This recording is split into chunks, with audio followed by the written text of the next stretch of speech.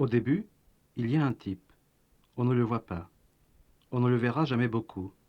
Mais il est là, l'œil rivé à la caméra. C'est moi. Je m'appelle Mark Spiegelman. J'ai 40 ans et je suis en train de me souvenir d'une femme et de deux villes. Sandra, Rome et Berlin. Toi, moi, Rome et Berlin.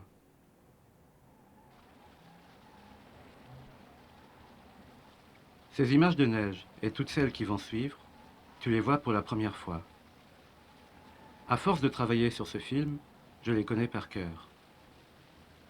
En filmant la place, cette neige à deux doigts du printemps, je pensais qu'on pourrait raconter ça comme ça, d'un seul souffle.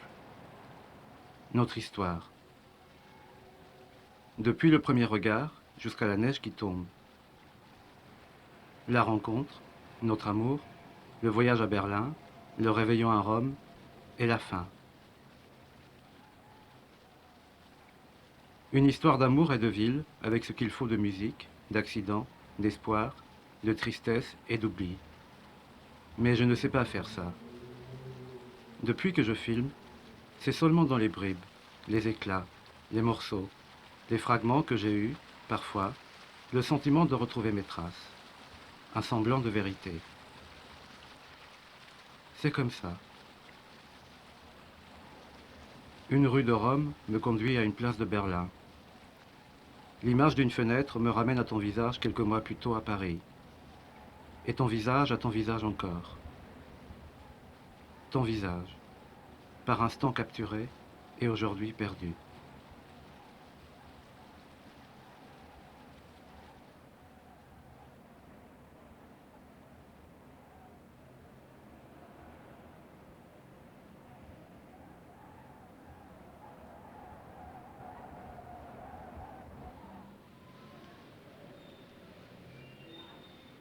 Je suis à Berlin depuis quelques jours, sans caméra.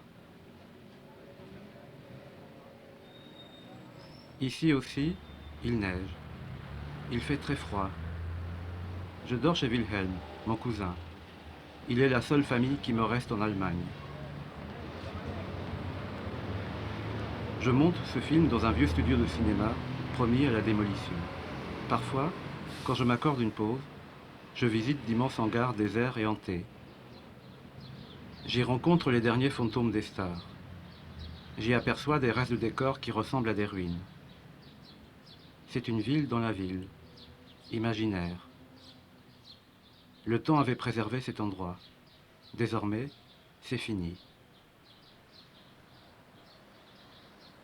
Il fallait que je sois loin de Paris pour terminer ce film, pour revoir ces images. Berlin était parfait pour ça. J'y suis seul.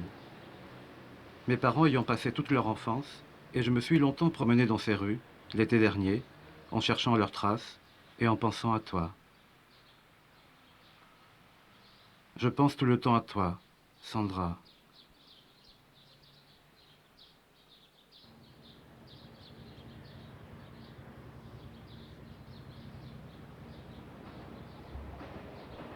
Le train qui me ramène vers Paris. Quelques images filantes de forêt. Un reflet fugitif de mon visage dans la vitre. Et pour quitter l'Allemagne, la voix de Marlène Dietrich. Une chanson qui résonne dans un wagon voisin.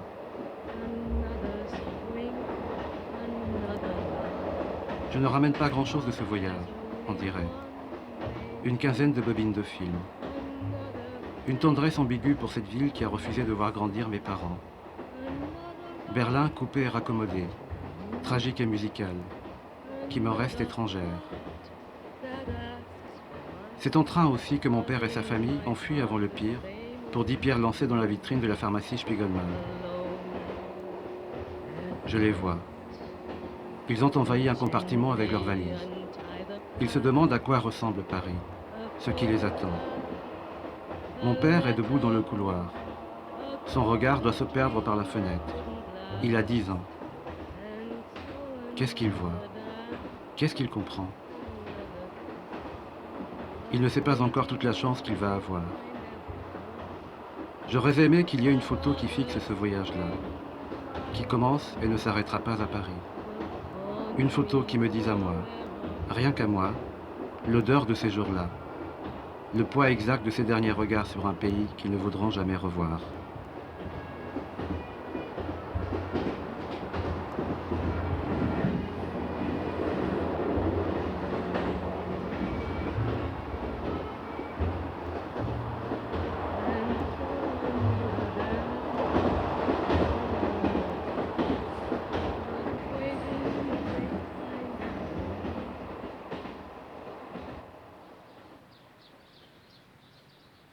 Deux mois plus tôt, je ne te connaissais pas, et Paris me pesait malgré le soleil.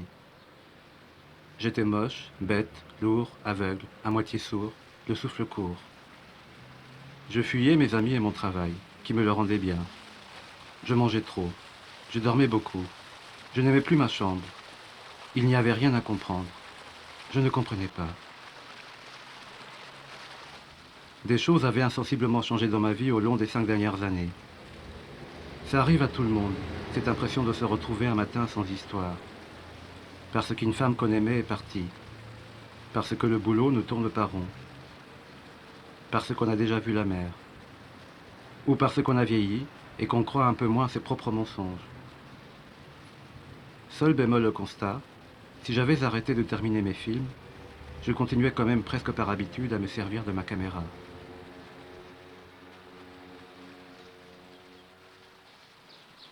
Ce jour-là, la place Saint-Sulpice avait quelque chose de romain, mais le banc n'était pas vide. Tu n'étais encore qu'une silhouette un peu floue, plongée dans un bouquin, très calme et silencieuse.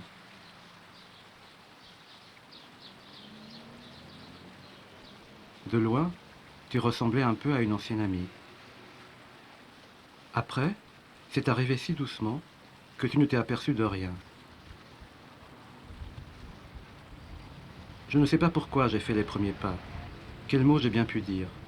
Pourquoi tu as répondu et fini par sourire. Comment cela s'est fait que j'ai voulu soudain qu'il n'y ait plus que toi devant la caméra. J'y repense aujourd'hui. Tu m'as pris pour un fou. Tu avais sans doute raison. Mais à cet instant-là, mon cœur battait à rompre et je ne pensais plus. Quelque chose dans tes yeux. Quelque chose dans les miens. Ton visage. Cette lumière. Je voulais seulement prolonger cet instant. Me voir venir vers toi.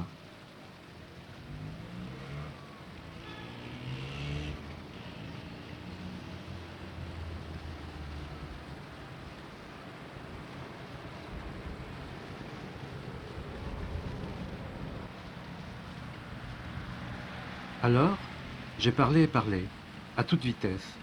J'ai dit n'importe quoi. Voulez-vous être gentil? Regardez-moi. J'ai dit, vous travaillez par là? Quel livre lisez-vous? Tournez un peu la tête. J'aime bien cet endroit. J'ai dit, je peux vous offrir un verre? Mon nom, c'est Marc. Je vous aimais déjà. Tu ne le savais pas.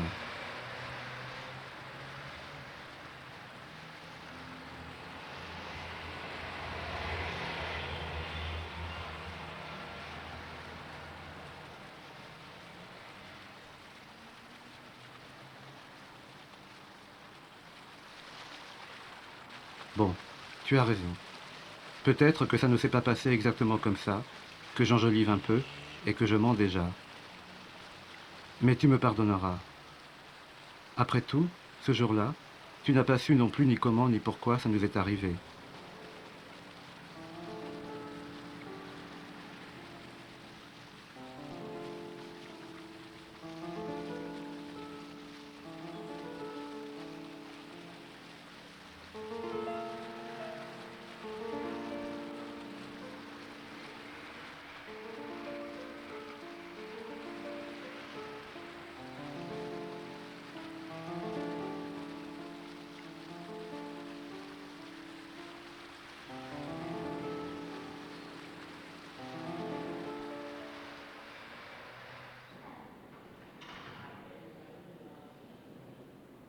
L'ange de la victoire. La porte de Brandebourg. Unter den Linden. À cause de mon père et de ma mère, je connaissais ces lieux depuis mon enfance sans les avoir jamais vus. Leur nom m'attirait. Il résonnait en moi comme les paroles d'une chanson secrète. J'avais attendu longtemps pour faire ce voyage. Hésité. Les changements brusques qui ont eu lieu en Allemagne de l'Est m'ont enfin décidé. Le mur de Berlin est tombé l'année d'avant notre rencontre. Cette année pas comme les autres, je l'ai vécue à travers les lettres de Wilhelm. C'est lui qui m'a invité à venir voir de mes propres yeux. Je suis parti en août. Un mois après notre rencontre, place Saint-Sulpice. J'emportais avec moi une foule de questions très anciennes sur mon père et ma mère, et leur enfance là-bas. J'emportais aussi ce rêve curieux, fait une nuit dans tes bras, où ma mère me réveille pour m'expliquer que ce voyage est inutile et que Berlin n'existe pas. Qu'il n'y a jamais eu de ville du nom de Berlin. J'emportais enfin une promesse, celle d'un autre voyage, avec toi, cette fois, dans ta ville à toi, Rome, que je ne connaissais pas.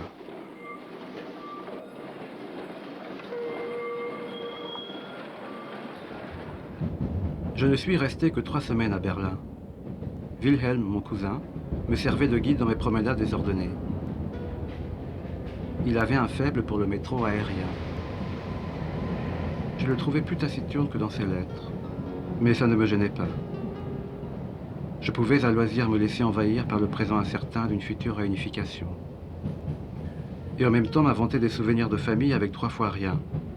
Comme si, rien qu'en flânant à l'ombre de ces immeubles, sous ces balcons, le long de ces terrains vagues, je devenais capable de sentir, au fond de moi, l'enfance qui fut celle de mon père et de ma mère dans le Berlin d'avant-guerre. Cette enfance de gamin juif, insouciant, menacé et sauvé de justesse par l'exil et la chance. Le plus étrange, c'est qu'en vérité, je ne sais presque rien. Ni où ils habitaient exactement, ni ce qu'étaient leurs jeux et les rêves qu'ils faisaient. Mon père n'est pas bavard et n'en parle jamais. Et ma mère était encore très jeune quand son père a pensé, en 1932, qu'il valait mieux partir.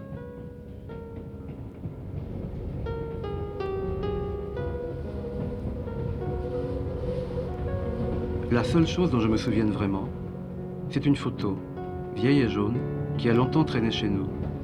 Elle était datée, je crois, de 1927 ou de 1928. On y voyait toute la famille de mon père, posant en grande tenue devant la pharmacie Spiegelman le jour de son ouverture. C'était un beau jour pour eux tous. On peut l'imaginer. Berlin resplendissait. Cette photo perdue, j'ai toujours pensé qu'elle avait joué un rôle clé dans mon désir de filmer.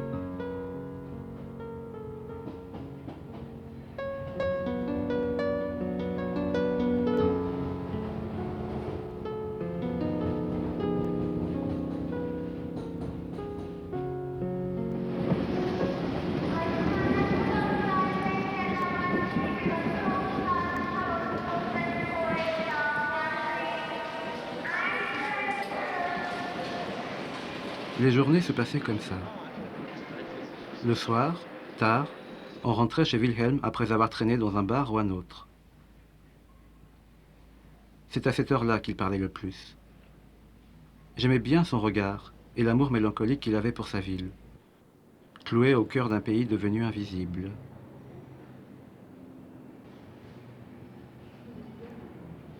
Sa voix calme et lente racontait une foule de petites histoires. Histoire d'Est, histoire d'Ouest, histoire de murs et de ruines. Dans ces moments-là, il me posait parfois des questions sur Paris, sur ce film que j'étais en train de faire. Un soir, je lui ai raconté notre rencontre. C'était la première fois que je parlais de toi à quelqu'un.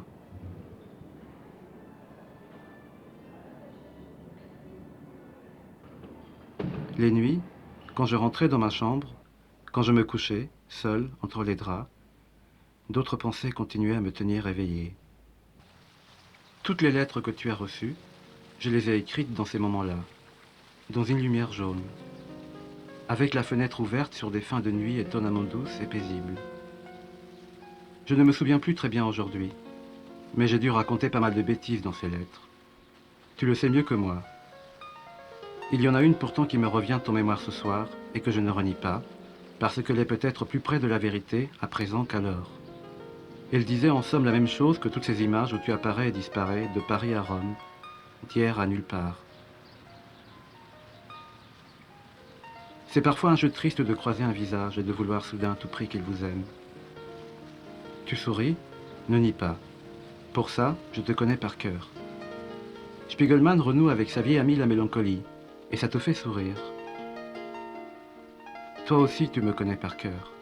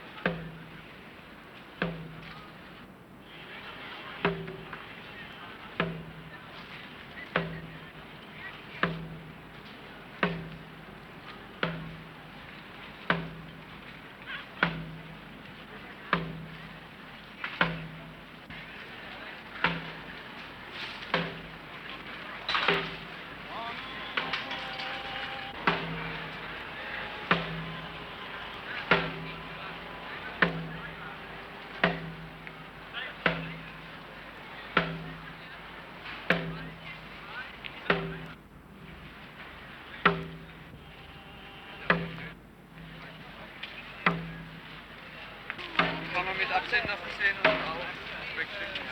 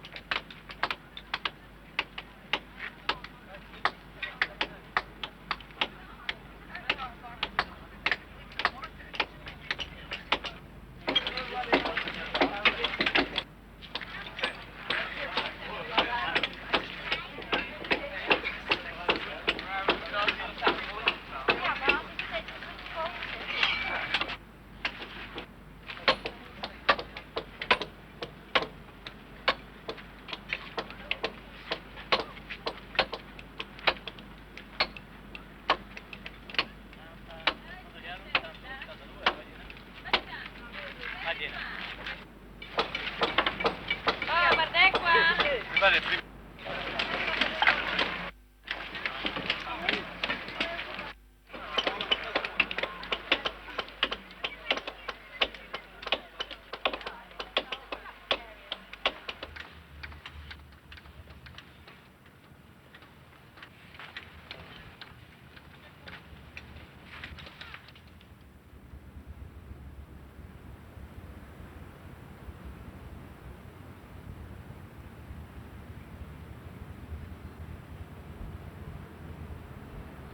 Je ne dormais pas beaucoup, et à chaque instant, plus fort que tout le reste, ton image s'imposait à moi.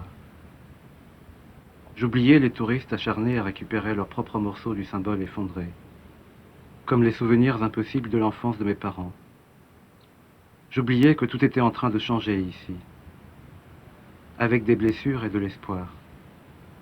Et banalement, heureusement, je replongeais dans le cœur de notre histoire à nous. Au bout du compte, ça me posait un curieux problème pour filmer. Depuis notre rencontre, tu étais devenu mon principal sujet. À Berlin, bien souvent au moment de tourner un plan, j'ai eu la sensation étrange que ta silhouette manquait. Et, dans les derniers jours, je n'ai pratiquement rien filmé, sauf cette promenade au milieu des fantômes du cimetière de Weissensee, non loin de Wannsee, là où, en 1942, avait été décidée la solution finale.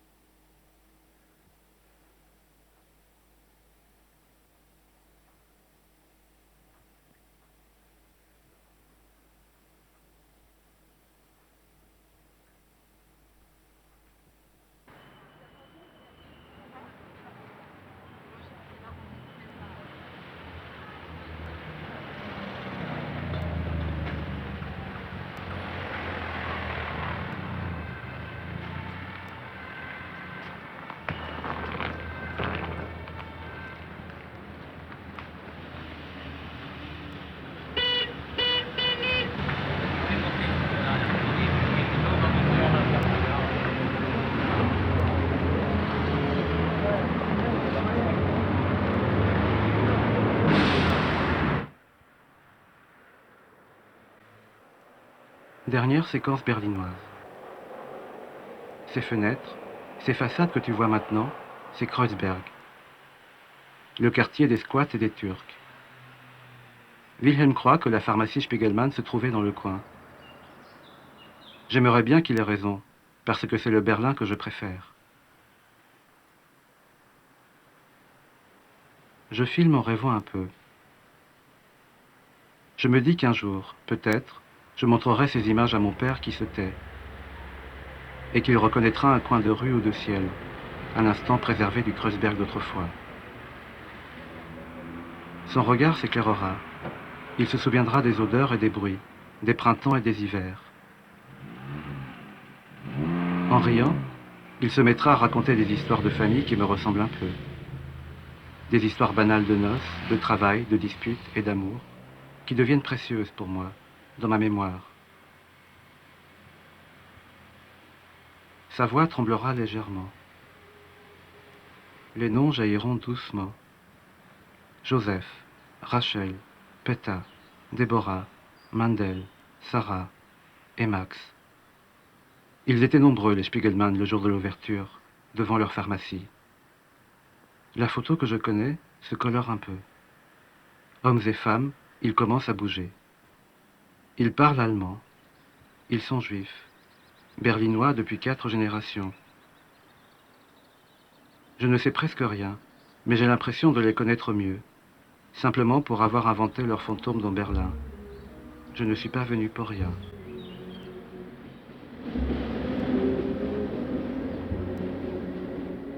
Another spring, another love, and yet it's always the same. Another spring, another love, but love has only one name. Another face, another smile, another ride back up to the moon. Another heart that asks for mine, but in my heart the same old tune. Alone at night, I gently untie the past, a photograph, a letter, a golden dream that wouldn't last. And so another dance, another kiss, but waiting behind every door. That other spring, my only love, will haunt me forevermore.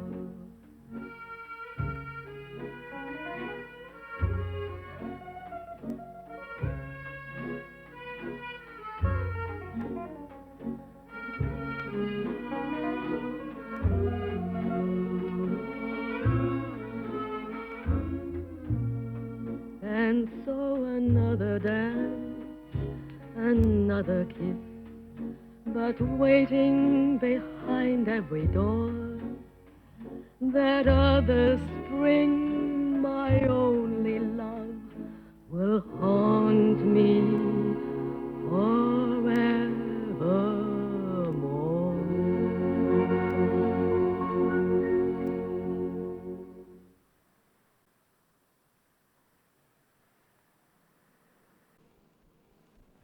À mon retour, on s'est retrouvés sur le quai. Tu étais venue me chercher. Tu paraissais heureuse. On a dîné à 2 pas de la gare dans un restaurant thaïlandais. Après le café, j'ai déplié sur la table un plan de Berlin. Je t'ai montré du doigt des rues, des places et le métro aérien. Tu m'as écouté. Il y avait des taches de peinture verte et bleue sur tes mains. Le lendemain matin, tu m'as avoué que moi aussi je t'avais manqué. Tu m'as montré la toile sur laquelle tu travaillais, un beau vide sur la place Saint-Sulpice, tout près de la fontaine. L'automne est venu rapidement. Une saison brève et grisante où j'ai passé le plus clair de mon temps à t'apprendre peu à peu, corps et âme. Aucun de nous deux ne parlait vraiment d'amour. Je veux dire avec des mots. Tu préférais le silence, les regards et les gestes. Moi, je n'osais pas. Chez toi, je ne filmais jamais. Tu ne voulais pas. Tu n'as jamais voulu. Je sais ce qu'il y avait de défense et de pudeur dans ce refus paisible. Je sais aussi ce qu'il y avait de puissant, de vorace et en même temps de dérisoire dans mon acharnement, partout ailleurs, à te saisir sans fin derrière mon objectif.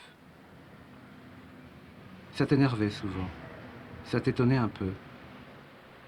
En riant, tu me traitais de voyeur et de vampire. Mais tu étais troublé. J'ignorais tes moqueries.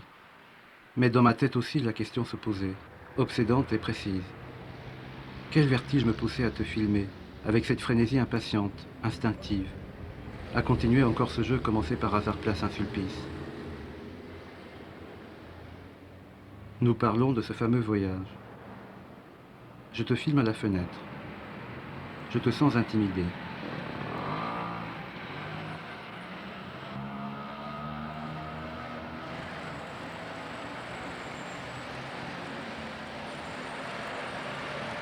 Ça va? Est-ce que je peux savoir ce que tu fais? Bah, tu vas bien, je te filme. Mets-toi un peu à la lumière, là, voilà. Oui, mais tu filmes... Comment? Bah, tu vas bien, je te filme. Comme je le sens.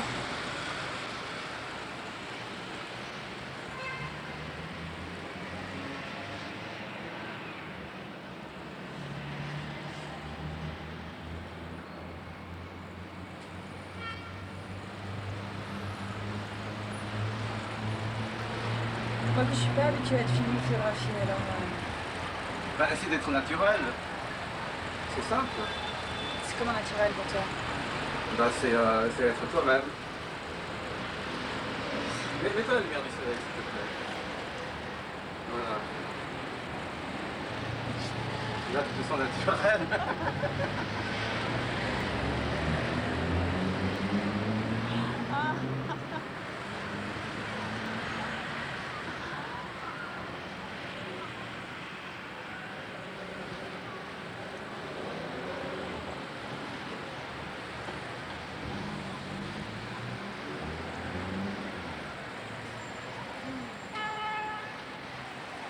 Qu'est-ce que tu regardes? Je regarde la rue. Paris. Et toi? Et toi? Ouais. Il y a des Le beaux toit de toits. Paris. Hein? Le toit de Paris. Les toits de Paris.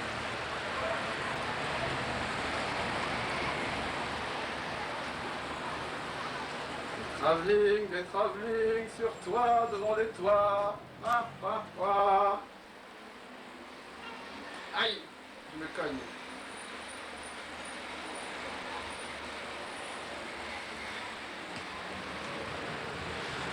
Sandra, Quoi?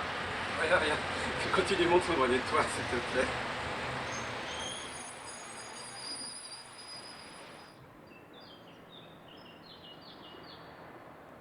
Par un beau matin d'octobre, en sortant de chez toi, j'ai voulu retrouver la lumière de notre rencontre. Elle était différente, mais aussi belle. C'était déjà le commencement de notre voyage. Souviens-toi, ce voyage, c'est toi qui en as eu l'idée. À cause de Berlin. Parce que Rome, c'était ton Berlin à toi. La ville où tes parents sont nés et qu'ils ont voulu quitter, comme les miens ont quitté Berlin, et pour les mêmes raisons.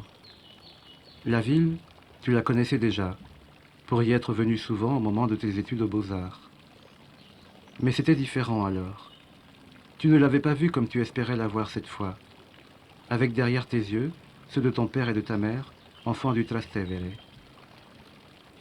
Pour moi, Rome, ce n'était rien de tout ça. Juste une série de clichés plaisants ou somptueux. Des images de cinéma. Une gigantesque fontaine de Trevi.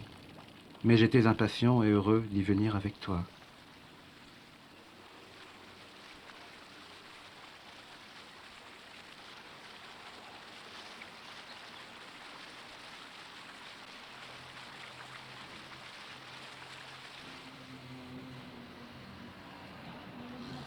Octobre, novembre, décembre. On se voyait surtout la nuit, Tu travaillais pour une exposition et le jour tu avais rarement du temps pour moi. Je passais mes journées à t'attendre. Des heures entières que je tuais en flânant dans les rues et à la terrasse des cafés. Ce n'était pas désagréable. Régulièrement, tu arrivais en retard à nos rendez-vous. J'aimais bien te voir te jeter dans mes bras, essoufflée et rieuse. Alors, je t'avais toute pour moi et je faisais durer les nuits. On allait beaucoup au cinéma et souvent dans les restaurants de Barbès, de Jaurès et de Belleville.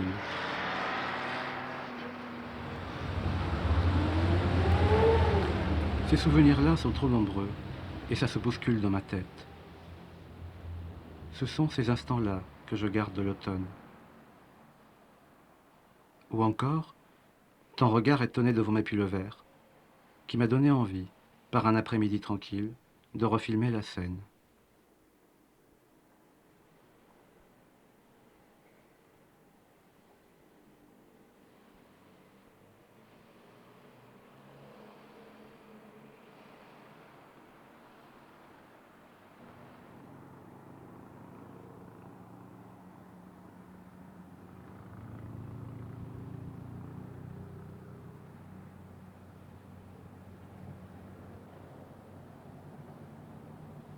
Quelque temps avant le départ, j'ai fait ce rêve curieux.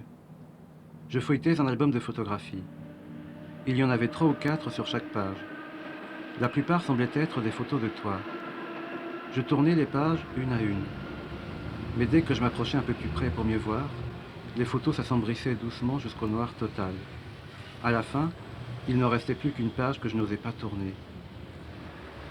Je n'ai jamais refait ce rêve comme cela arrive parfois. Mais son souvenir m'a hanté à plusieurs reprises pendant les premiers jours à Rome.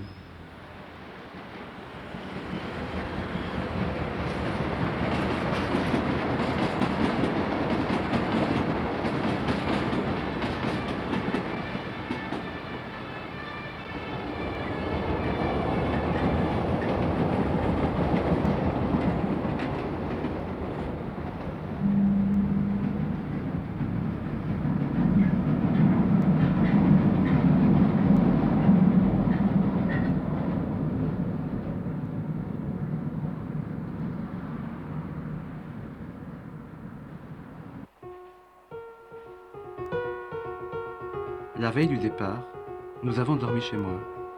Et pour une fois, c'est toi qui n'as pas fermé l'œil de la nuit. Je ne t'avais jamais vue si impatiente. Dans le train, tu as commencé à évoquer d'autres voyages, d'autres trains, d'autres hommes.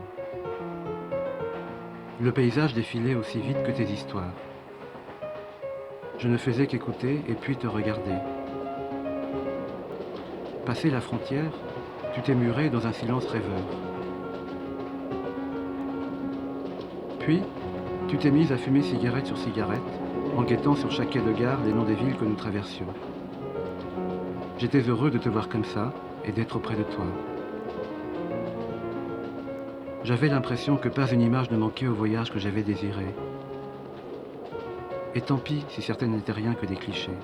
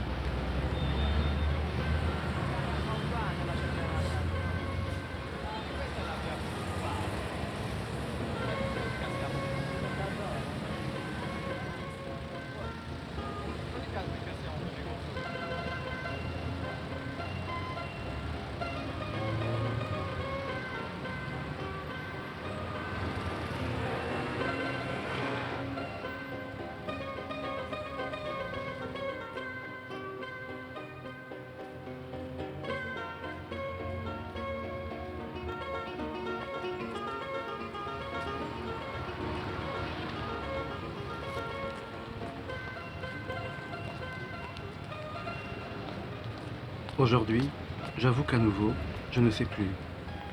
Les images défilent devant moi. Tu marches, tu ris, tu t'arrêtes, tu me regardes, tu es présent. Le ciel n'a pas changé. Les murs ocres des immeubles et le fleuve n'ont pas changé. C'est bien toi, c'est bien Rome, et c'est bien mon regard. Tout est intact, apparemment. Si fort que je ressens l'exacte impression d'être encore là-bas avec toi, près de ces escaliers de la Piazza di Spagna, à attendre que la nuit tombe.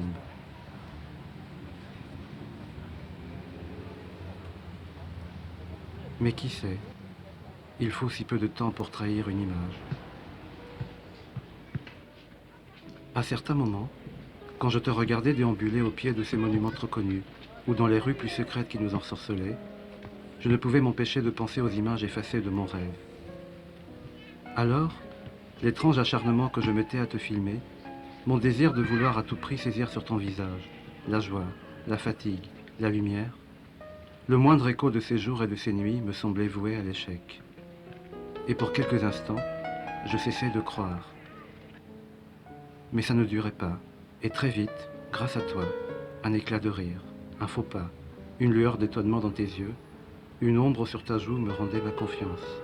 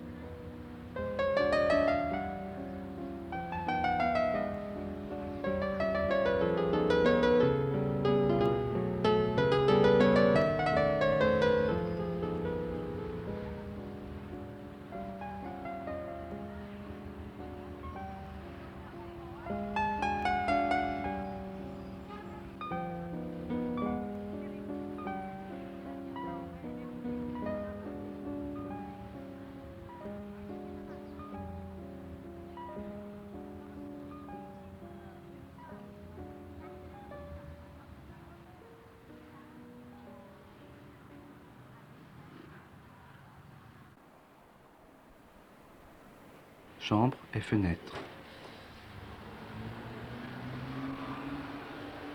On nous a laissé un petit appartement dans le quartier du Trastevere.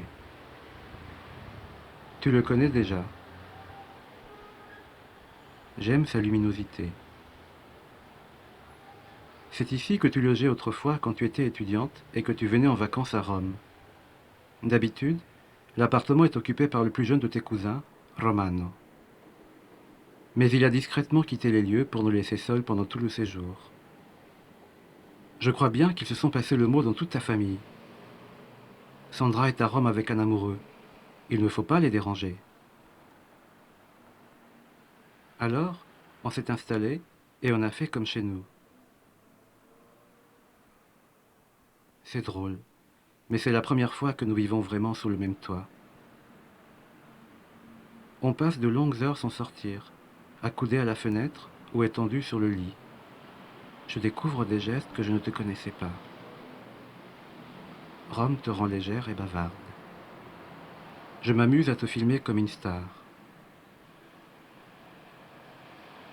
Il ne me faut pas longtemps pour tomber amoureux de la chambre et du lit, du miroir et de la fenêtre, de la rue étroite qui passe tout en bas.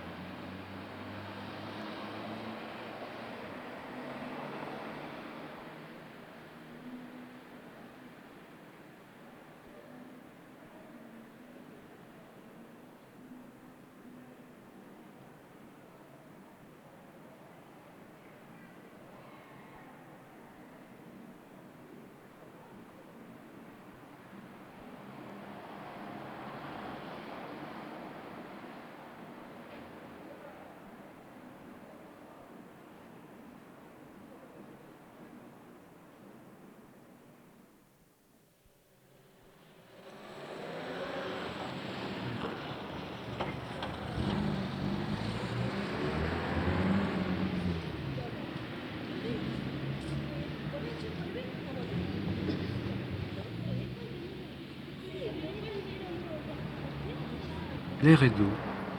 Je n'ai besoin de rien. Mes regards sont joyeux, brûlants d'un peu de fièvre. Chaque instant est un battement de cœur profond. Nous avons beaucoup marché. Nous sommes allés ici et là, sans savoir toujours où, à toutes les heures du jour. Des bars nous sont devenus habituels.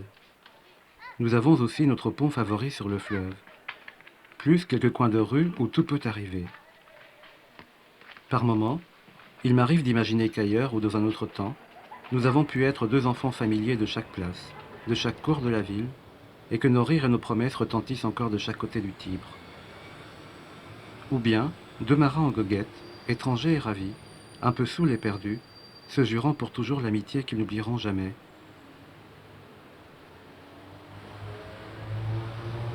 La vérité, c'est que je te connais un peu mieux, que je te découvre encore dans ces vacances romaines, et que naïvement ça me rouvre les yeux.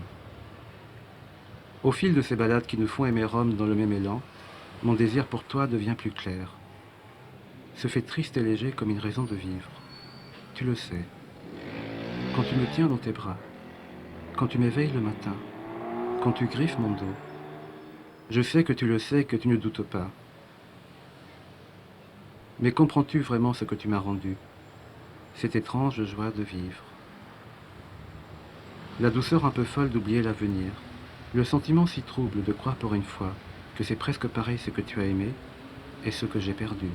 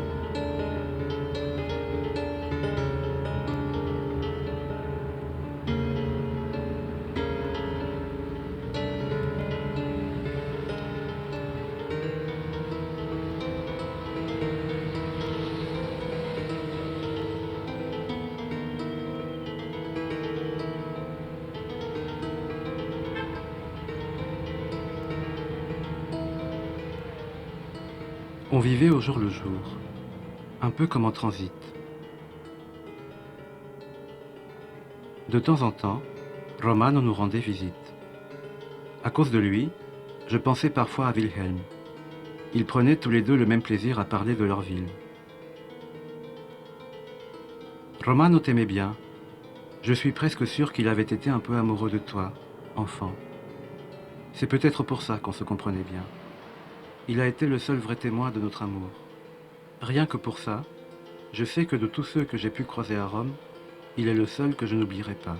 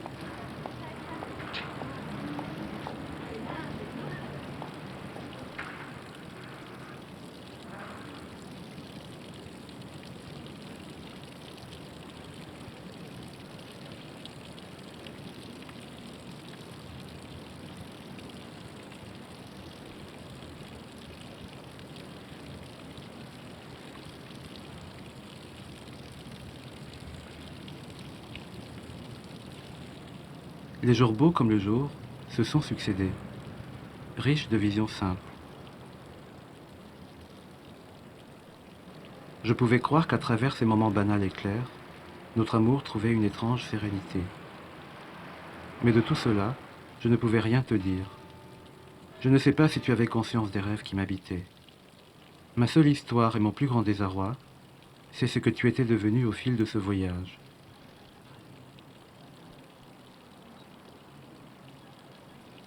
Soudain, il y a eu ce plan. Je t'avais demandé de marcher droit devant toi. Tu es doucement sorti du champ.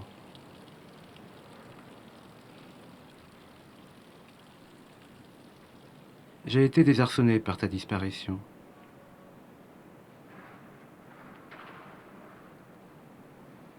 J'aurais dû comprendre qu'il s'agissait là d'un prémisse de ce qui risquait de nous arriver.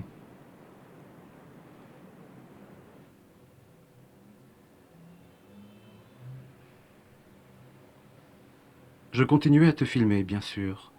J'ai continué à te filmer obstinément, jour après jour. Je ne sais plus combien de bobines y sont passées, combien de plans de toi riant, souriant, fumant, rêvant j'ai pu amasser. Parfois, cela m'effrayait, et je coupais la caméra brutalement en me traitant de tous les noms. Mais ça ne durait pas, et je recommençais, conscient que ce besoin d'accumuler sans respirer les images de toi n'avait plus rien d'un jeu. C'était devenu une maladie inexplicable, où la joie et le désir se mélangeaient à d'autres émotions, sans doute plus amères et beaucoup moins limpides.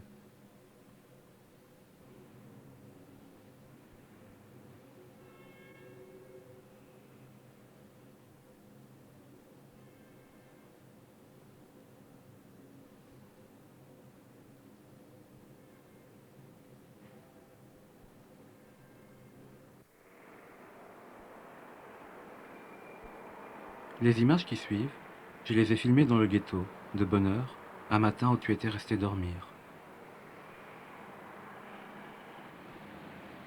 Ces rues, nous les avions déjà parcourues ensemble. Les deux familles de ton père et de ta mère ont vécu par là, voisins de palier dans un immeuble pauvre et bruyant. Tu m'as raconté qu'ils travaillaient tous pour le même patron, un imprimeur socialiste. Le fascisme les a mis au chômage, avant de leur donner envie de partir pour d'autres cieux. Tes deux grands-mères étaient amies d'enfance. Ton père n'avait que des sœurs. Les gosses des deux familles livraient des journaux avant d'aller à l'école. Tu m'as dit qu'ils allaient souvent au cinéma. Ils n'aimaient que les westerns et les péplums. Je me souviens qu'un de tes grands-pères s'appelait Marco, comme moi. C'était celui qui aimait le dimanche aller peindre des aquarelles sur les bords du Tibre. Tu vois, je n'ai pas oublié. Je sais que tu penses parfois que c'est lui qui t'a donné le goût de la toile et des pinceaux, même si tu ne l'as pas connu. Ni lui, ni tes oncles Giuseppe et Carlo, les frères aînés de ta mère, disparus dans les camps parmi des millions d'autres. C'est étrange de marcher dans ces rues sans toi, en pensant à eux. Je ne crois pas qu'il reste grand-chose de leur décor. Mais ta mère petite fille est peut-être passée en jouant devant la synagogue.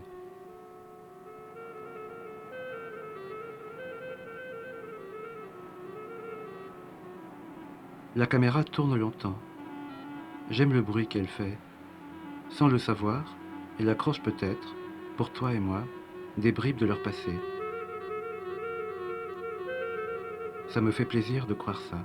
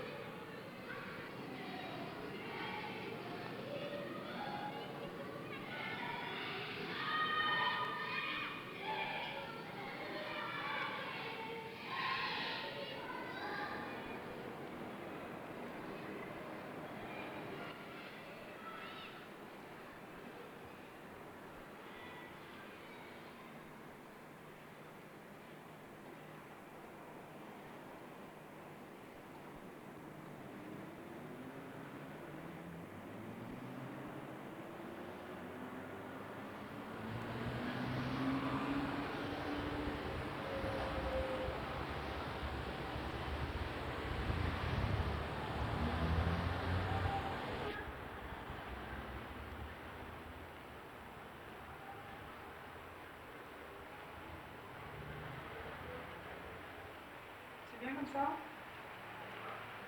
Essaie de bouger le moins possible. Hein. Je bouge pas.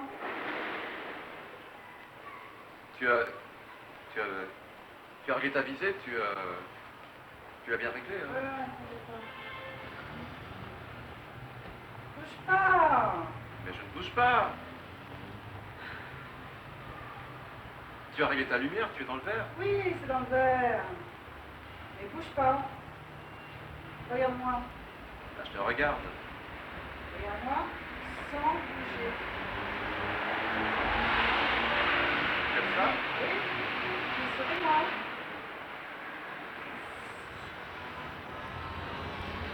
Mais ne bouge pas.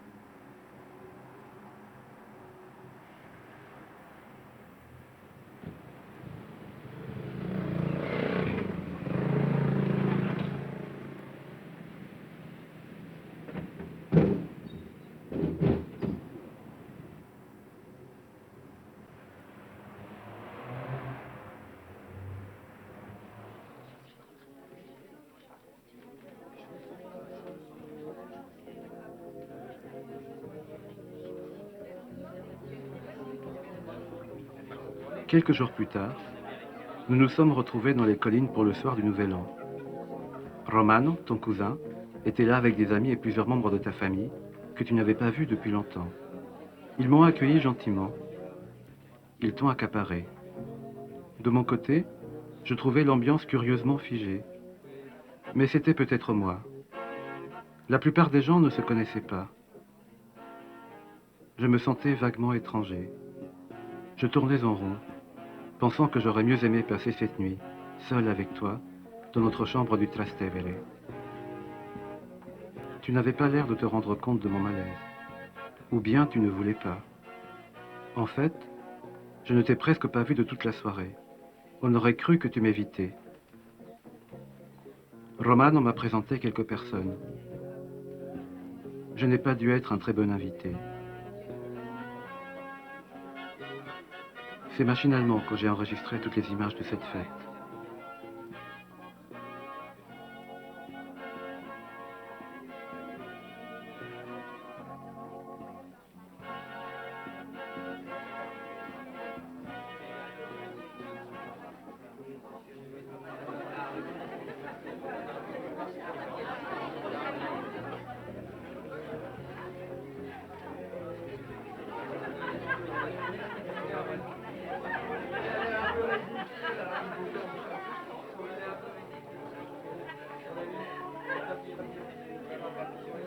Un type du genre collant ne te quittait pas d'une semelle. Il avait l'air de t'amuser. Je l'aurais volontiers étranglé. Je me suis senti jaloux. En même temps, je ne pouvais pas m'empêcher de filmer. La peur que tu sortes de ma vie m'a saisi. Je t'ai poursuivi partout pour t'arracher un regard. L'autre n'a rien dû comprendre à mon drôle de manège. Les autres riaient, buvaient, chantaient, s'embrassaient et me souriaient devant la caméra sans que je les voie vraiment.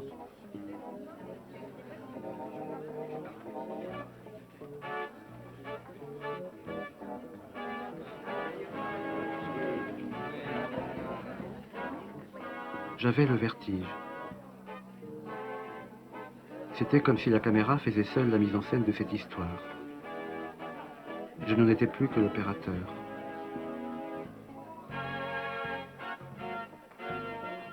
Je ne me suis senti bien qu'après les 12 coups de minuit, quand la musique est devenue plus forte que tout le reste.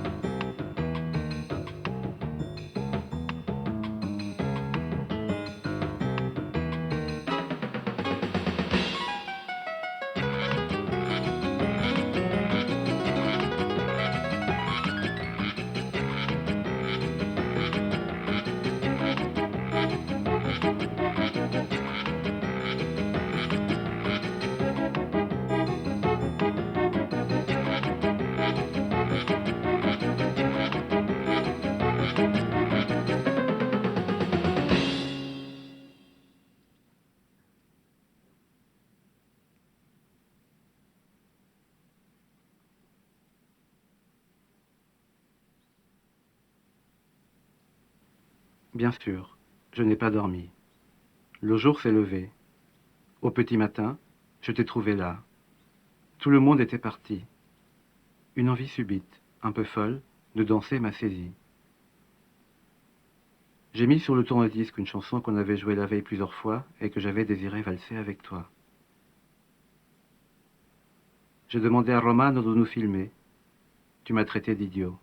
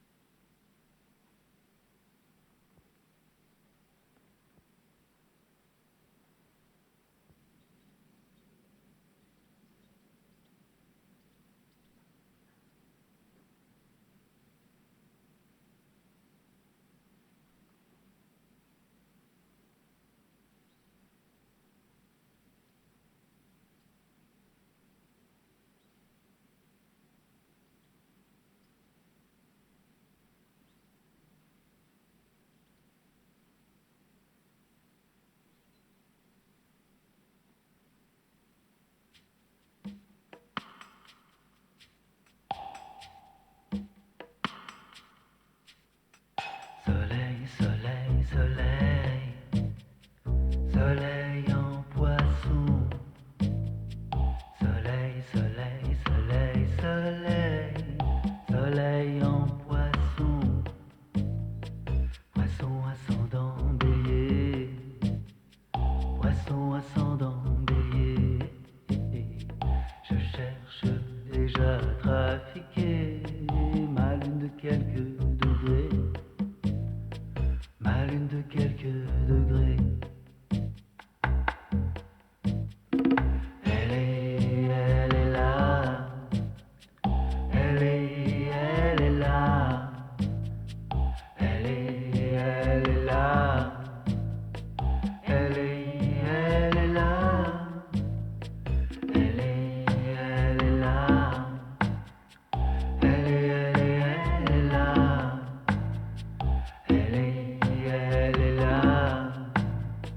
Elle est là. Elle ne vit que pour le mime. Ses yeux voient loin et haut.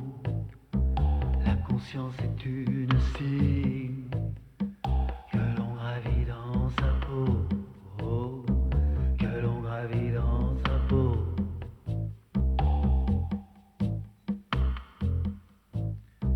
Yo, yo, yo, ya, ya. Yo, yo, yo, ya, ya. Yo, yo, yo, ya, ya. Yo, yo, yo, ya, ya. Ya, ya. Yo, yo, yo, ya, ya. Elle a Vénus en Verseau. Et moi voilà que je cherche mon Mars et sa repart. Elle est là. Elle est là. Elle est là. Elle est là.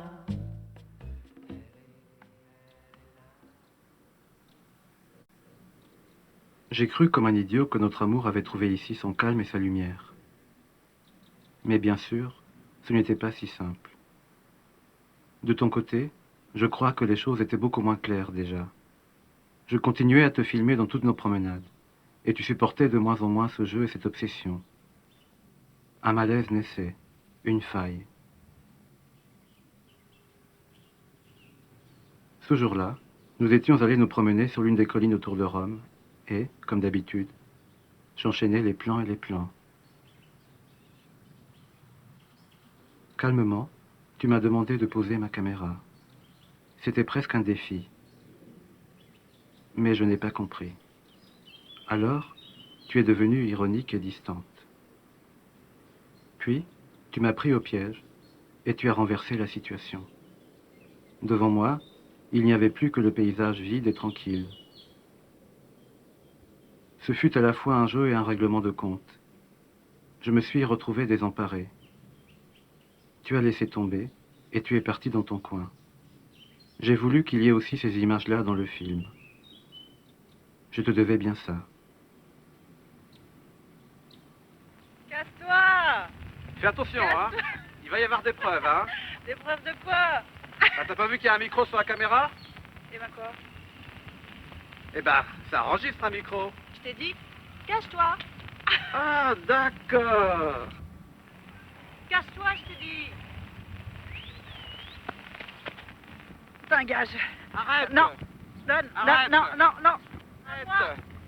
Arrête, écoute. Tu gaspilles de la pellicule. Non. Tu gaspilles de la pellicule. Arrête. Sandra. À toi d'être un acteur. Oh, je suis pas un acteur. Tu es un très bon acteur. C'est pas vrai. Très bon acteur. Tu peux refaire la bouffe? Arrête, Sandra. Ah, regarde-moi. Ah. Bon, ça suffit, hein. Ça suffit. Ah. Ça suffit, hein. Oh. Retour de votre actrice préférée.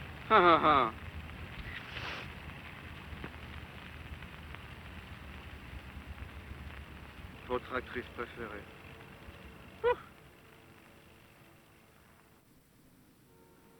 Pendant ces jours, j'ai de plus en plus repensé à Berlin. J'avais besoin de Berlin. J'avais besoin de mon autre mémoire.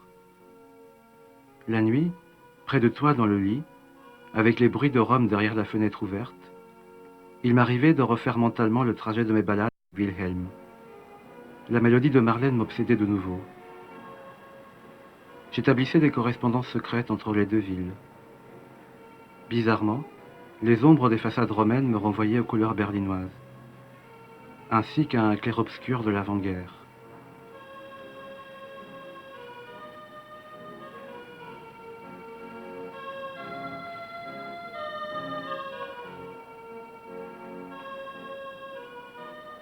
Par moments, je ne sais plus d'où viennent certaines des images que je monte.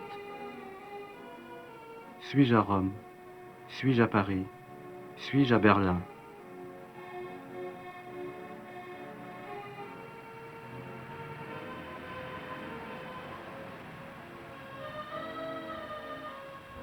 Certains soirs, je n'arrivais pas à trouver le sommeil. Je me retrouvais parfois vers 4 heures du matin en train d'énumérer des noms de rues comme on compte les moutons. Mais ça ne marchait pas. Mon souvenir ressemblait à un rêve éveillé. 2 fois pendant notre séjour à Rome, j'ai envoyé des cartes postales à Wilhelm. Je n'étais pas dupe.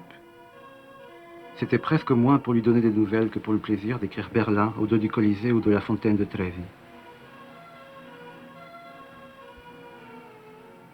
Vers la fin, quand tu as commencé à t'éloigner, ces pensées berlinoises sont devenues plus fréquentes. Je n'ai pas cherché d'explication. Je devenais simplement impatient de retourner là-bas. Un type a écrit un jour qu'on ne peut rien faire d'autre sur Terre que chercher jusqu'au bout une ville, une enfance. Je ne suis pas sûr de ce qu'il ait voulu dire exactement, mais je crois que ces mots me conviennent. À moi et Berlin. À mon amour pour toi et pour cette ville.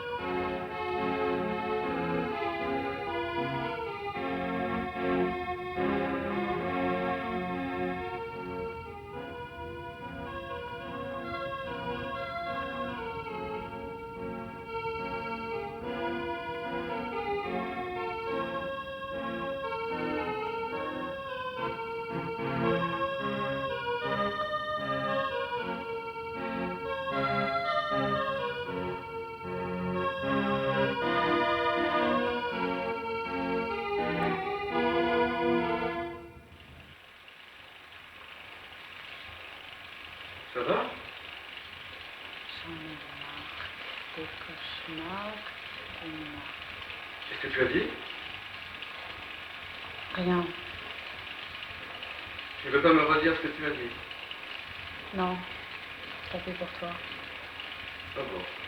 Je reste tant pis pour moi. Tant pis pour toi. Je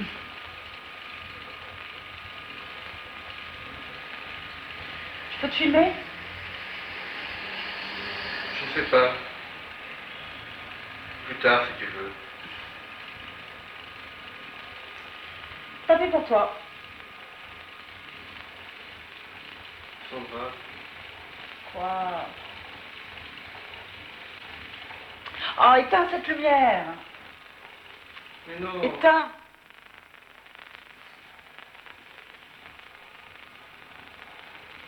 Sandra. Arrête. Arrête.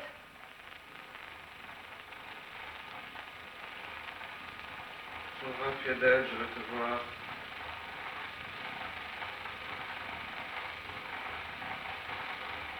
Arrête ça maintenant. Arrête. On va aller jusqu'au bout du film. Non. Arrête maintenant.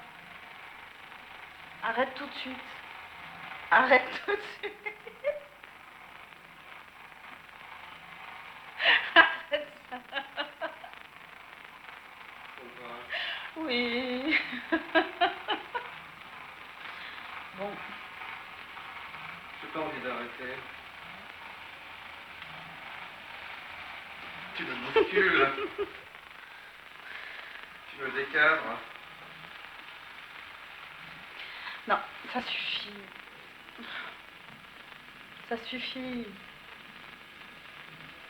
Stop.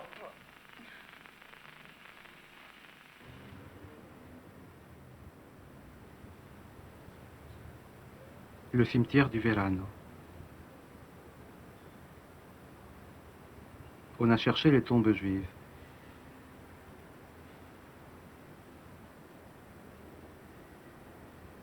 On s'est un peu perdu. Et puis, on a lu des noms. Tous les noms sur les pierres. On a imaginé des silhouettes, des histoires et des vies. C'était un peu le prolongement de ma promenade dans le ghetto. Un de ces lieux de mémoire où on pense à comprendre ce qui nous enracine et qu'on ne veut pas perdre.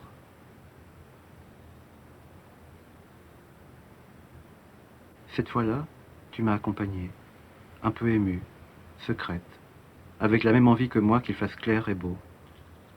On n'a croisé personne. On marchait côte à côte. Je ne t'ai pas filmé. Plusieurs fois, j'ai senti ta main qui cherchait la mienne. 20 fois, tu m'as souri sans rien dire. Ce jour-là, il y avait exactement 6 mois que nous nous étions rencontrés place Saint-Sulpice. Je crois que tu y as pensé comme moi. Que tu y as pensé avec plaisir, sans laisser pour une fois, une seconde, une place à tes doutes. Nous n'avons presque pas parlé. C'était simple d'être ensemble et de rester silencieux. Les cimetières donnent cette chance, parfois. Aujourd'hui, devant l'écran, j'ai le sentiment de retrouver cette sensation avec la même force. J'avais l'impression de traverser le jardin d'Éden, d'être au paradis. Je sais que nous étions au bon endroit, au bon moment. Nous ne risquions rien. Je me dis que c'est peut-être ce jour-là que nous aurions dû quitter Rome pour rentrer à Paris.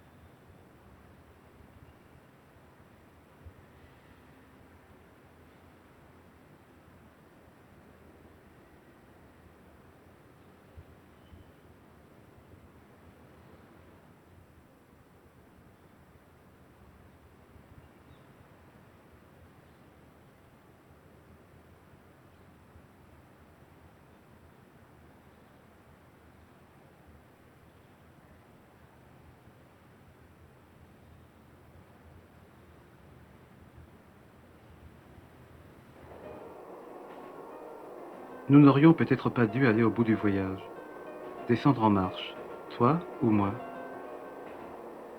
Mais nous n'avons pas su, et les choses ont tourné autrement. De cette façon qui fait que tu n'es pas là ce soir, que je te parle seul devant des images muettes, sans même avoir la certitude que tu m'entendes. Il est tard. J'ai bu trop de café. J'ai la gorge enrouée et les yeux fatigués, parce que c'est le moment des images d'hostie et que je ne veux pas les voir venir. Je ne peux pas les regarder. Je ne te les montrerai donc pas. C'est peut-être mieux ainsi. Ce matin-là, tu as voulu prendre le train jusqu'à la mer. Tu te souviens? Ce sont nos derniers jours à Rome, la fin du voyage, et depuis qu'elle approche, tu t'éloignes. Je le sais et je le sens. À des riens dans tes gestes, à des blancs dans ta voix. Depuis le début, mon regard incessant t'a troublé. Maintenant, il t'épuise et te fait presque peur. Tu dis que quelque chose s'est défait et que tu ne sais plus. Tu as envie de partir et d'être seul. C'est comme ça. Tu marches sur la plage. Tu viens droit vers moi. Dans le lointain, un transistor joue la rengaine sucrée du tube d'un été passé ou à venir. Tes mots sortent mal. On a mangé des fruits de mer dans un restaurant désert en buvant une bouteille de ce vin des collines. Dehors, tu ne parles plus. Ton regard dit bien mieux les doutes et les regrets, les raisons de notre rupture, celles qui n'ont pas de mots. Je filme machinalement. La plage est désolée. Dans le train du retour, nous étions séparés.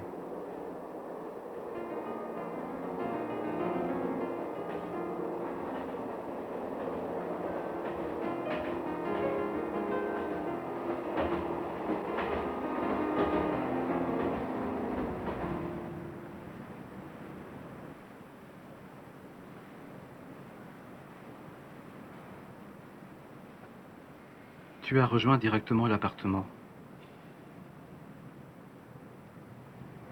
Je suis resté traîné dans les rues une bonne partie de la nuit. Il avait plu. Il y avait eu de l'orage. Mais le ciel noir était de nouveau serein. Rome était encore illuminée pour les fêtes. Je me suis amusé à jouer avec toutes ces étoiles de pacotille. Mais le cœur n'y était pas. Tout en marchant au hasard, je me suis souvenu d'un reflet dans une vitrine que tu m'avais montré un jour en souriant. On y lisait le mot « amor », qui est l'envers de « Roma ». J'ai peut-être éclaté de rire. Au matin, j'avais pris la décision de rentrer à Paris au plus vite. Tu t'es trouvé d'accord avec moi. On s'est quitté comme ça.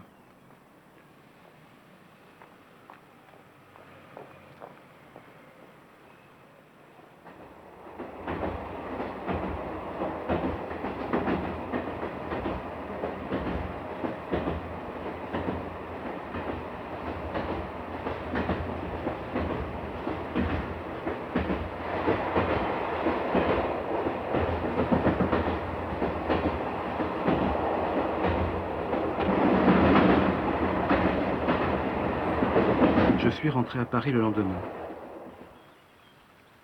Tu es resté à Rome quelques jours de plus. Et puis tu es rentré à ton tour. Nous ne nous sommes rien dit de définitif, mais nous ne nous sommes pas revus. Je ne sais pas ce que tu fais, ce que tu peins, comment tu dors. Il y a des choses que je n'aime plus comme voir mon lit défait. Pendant longtemps, je n'ai pas voulu penser à tout ça. Et puis, lentement, j'ai repris toutes ces images de toi, de Berlin et de Rome. Parmi elles, j'ai retrouvé celle-ci, que j'avais presque oubliée. Elle ressemble à celle du jour de notre rencontre. Mais ce ne sont pas tout à fait les mêmes. C'est un jour où nous nous étions amusés à tout reconstituer. Sandra sur son banc, et Marc derrière la caméra. La place un Sulpice dans la lumière de l'été. Elle est plongée dans son livre. Elle ne le voit pas venir. Mais il avance vers elle dans un très long travelling et leur histoire commence.